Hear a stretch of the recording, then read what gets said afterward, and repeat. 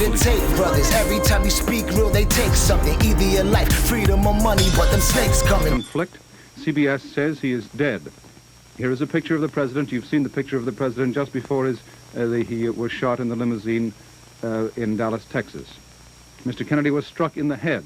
The governor of Texas, John Connally, was shot in the back. And it's reported the American Vice President, Lyndon Johnson, was also shot, but he is not in serious condition in an emergency operation. That was a bulletin from the CBC television. But there couldn't be a conspiracy. Hoover had adopted this line of thinking right after the assassination. This assumption that it was just one guy, and that line of thinking endured into the Warren Commission, a commission that Hoover himself helped the president assemble.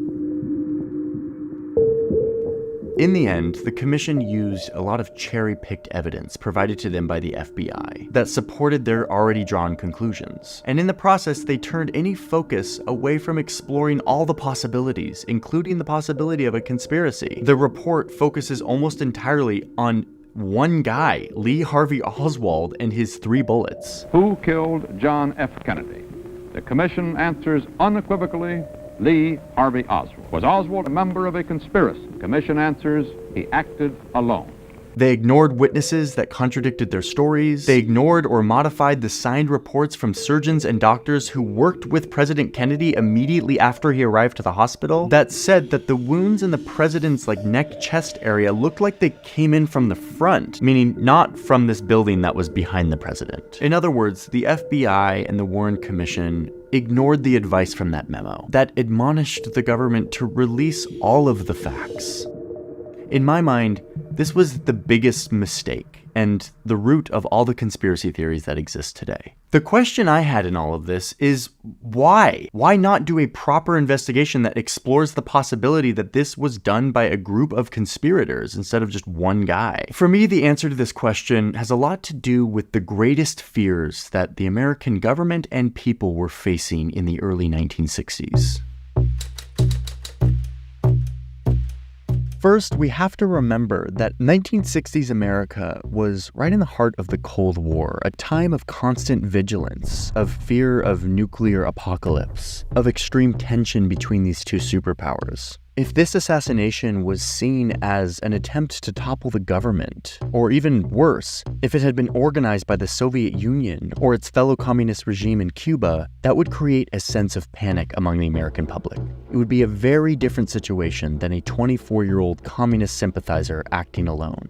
A believed conspiracy would also create pressure from the American public to strike back, which could lead to an escalation with another nuclear-armed nation.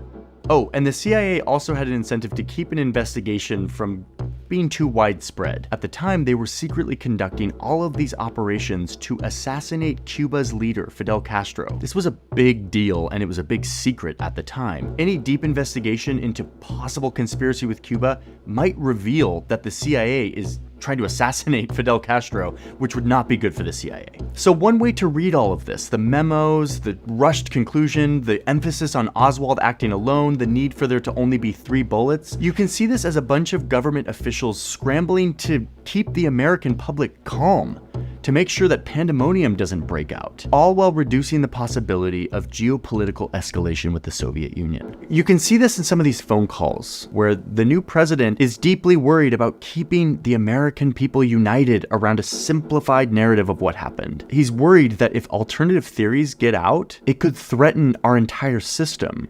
So their tactic for doing this was to hijack the narrative, to suppress and influence the investigation, and make it very simple. Oswald did it. That's it. Here's the problem though. Eventually, people will do the math and realize that the government has been keeping the full picture from them.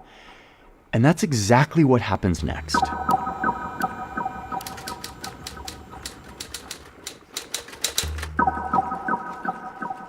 So the Warren Commission files its report with the official story of what happened. But soon after they do so, members of the Warren Commission themselves come out and say they don't actually believe the story that the Warren Commission just put out, especially when it comes to the key assertion that 1 bullet was responsible for causing 7 wounds. I could not convince myself that the same bullet struck Wilson. You mean that you yourself weren't convinced about the single bullet theory? No, I wasn't convinced. Governor Connally, the one who was sitting in front of JFK, and the one who was supposedly shot by that one single bullet, he disagreed with the story. I understand there's some question in the minds of the experts about whether or not we could both have been hit with the same bullet. I just don't happen to believe that. Even the new president, LBJ, wasn't totally convinced. I mean, he was kind of secretive about it, but he eventually did come out and tell a reporter from The Atlantic that he thought that this was a conspiracy, that it was Cuba retaliating against the US for all of these CIA attempts to assassinate their leader. This was not good for the Warren Commission and their story. Then, 12 years after the assassination, this full uncut version of a strip of film that shows the assassination of JFK, it finally airs on national TV. It's the film shot by the Dallas dress manufacturer Abraham Zapruder, and it's the execution of President Kennedy. This was the first time that Americans could see solid visual evidence of this event. But why hadn't it been released earlier? To some, this film contradicted the official account from the Warren Commission. And it sparked this new demand for real answers from a government that kept behaving like it was hiding something. All of this is coinciding with a time in American history where Americans are losing faith in the federal government.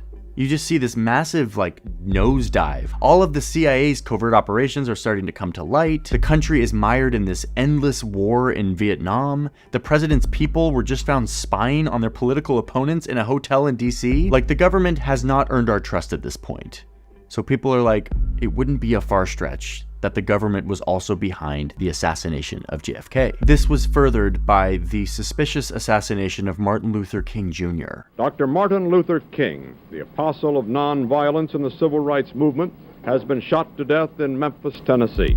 This was all too much, and the people wanted answers. So in a shining moment of redemption of our democracy, Congress responded by forming a committee that reopened the investigations into these two assassinations, JFK and MLK. This committee did a real investigation. They actually were earnest about this, and they confirmed what a lot of Americans were already feeling, which is that the Warren Commission's investigation didn't sufficiently look into the possibilities of a conspiracy. They say it point blank. They were way too fixated on their assumptions that it had to be this lone gunman that did it, and that their conclusions were way too definitive. And then they specifically call out the FBI and the CIA for withholding information from the investigation. One FBI agent even testified that he was ordered by his superiors to destroy evidence, in this case a letter that Oswald had written to the FBI. And he handed it to me and he said, "Oswald's dead now, there can be no trial. Here, get rid of this." Why was the FBI asking its agents to destroy evidence? The committee concluded that it was a, quote, high probability that it was two gunmen that fired at JFK and that it was probably a conspiracy.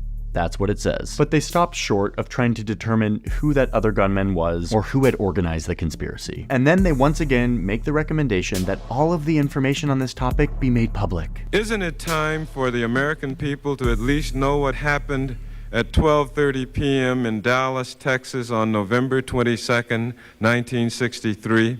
Quick caveat. The committee's conclusion that the assassination was probably a conspiracy relied heavily on one piece of evidence, which was the sound recording from that day, where you can hear gunshots and you hear more than three, and it kind of inferred that there were multiple shooters. This evidence was later challenged and kind of debunked by the FBI, but also a different research facility that basically said this sound recording wasn't even gunshots. It wasn't even recorded during the time of the assassination. But to me, the whole conspiracy thing was not actually the most important part of this committee's report. The most important part was that they confirmed that the Warren Commission had been cherry-picking evidence and hiding stuff from the American people. After the congressional committee confirmed to the American people that the FBI and the CIA had been hiding evidence, the conspiracy theories rose up once again, culminating in this movie in the early 90s that paints an alternative picture of what could have happened here. A shadowy government conspiracy to kill the president,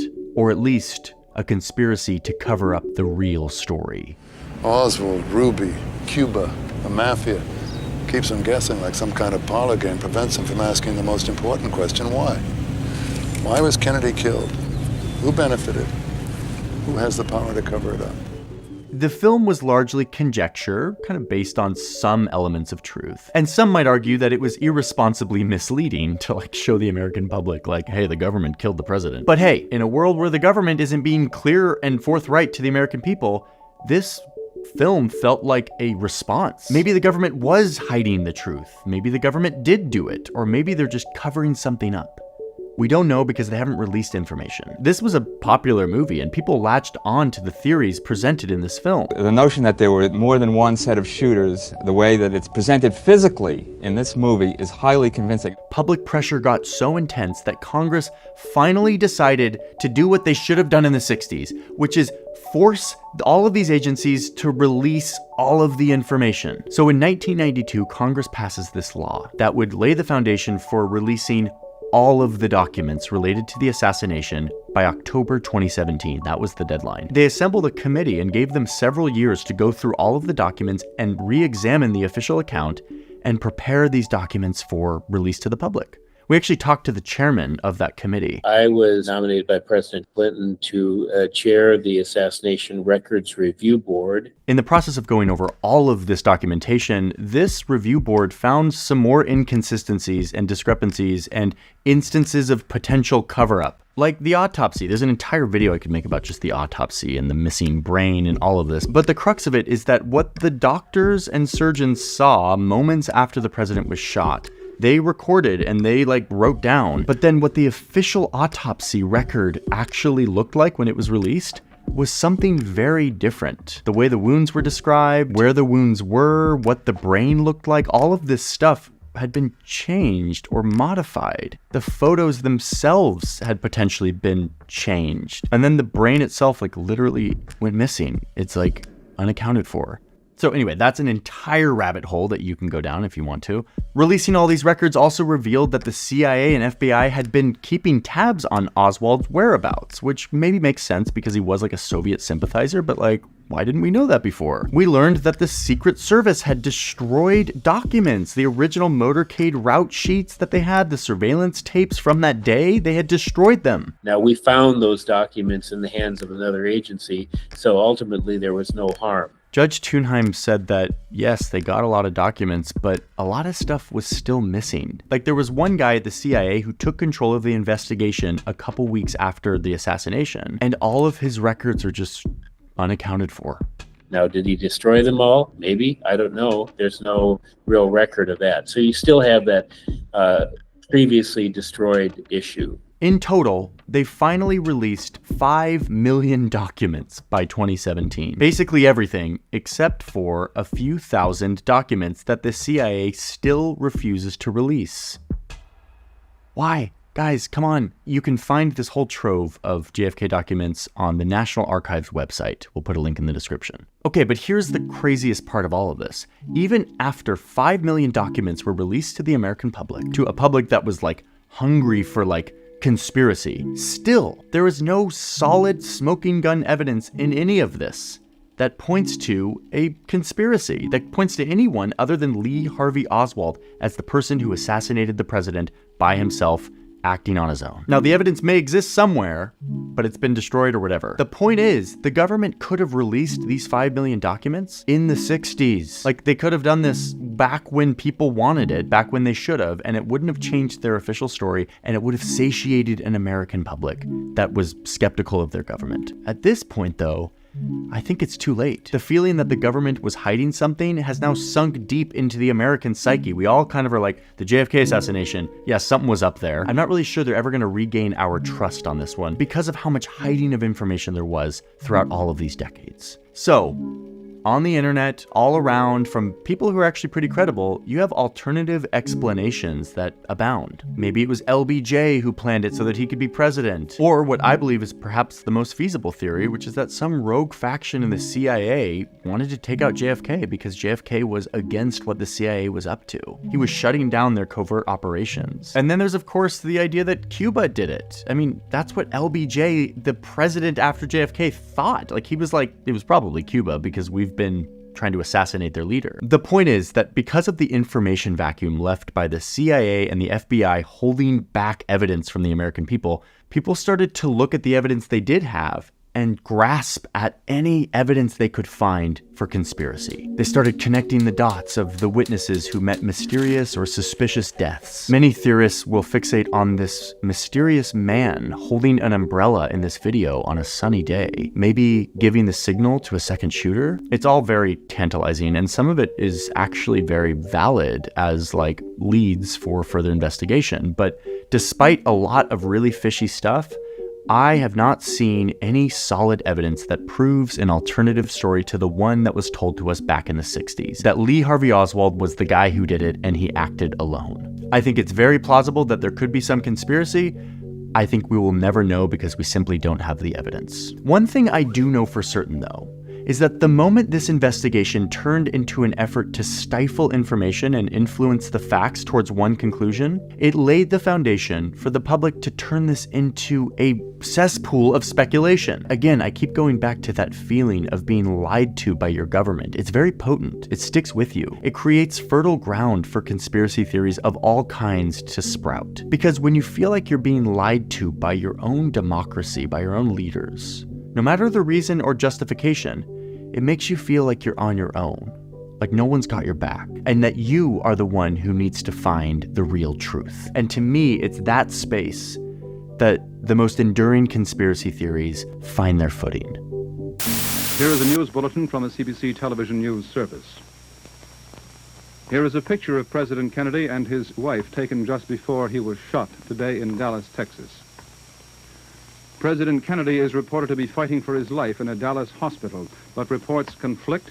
CBS says he is dead. Here is a picture of the president. You've seen the picture of the president just before he was shot in the limousine in Dallas, Texas.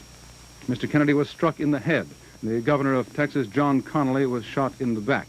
And it's reported the American Vice President, Lyndon Johnson, was also shot, but he is not in serious condition in an emergency operation. That was a bulletin from the CBC television news service.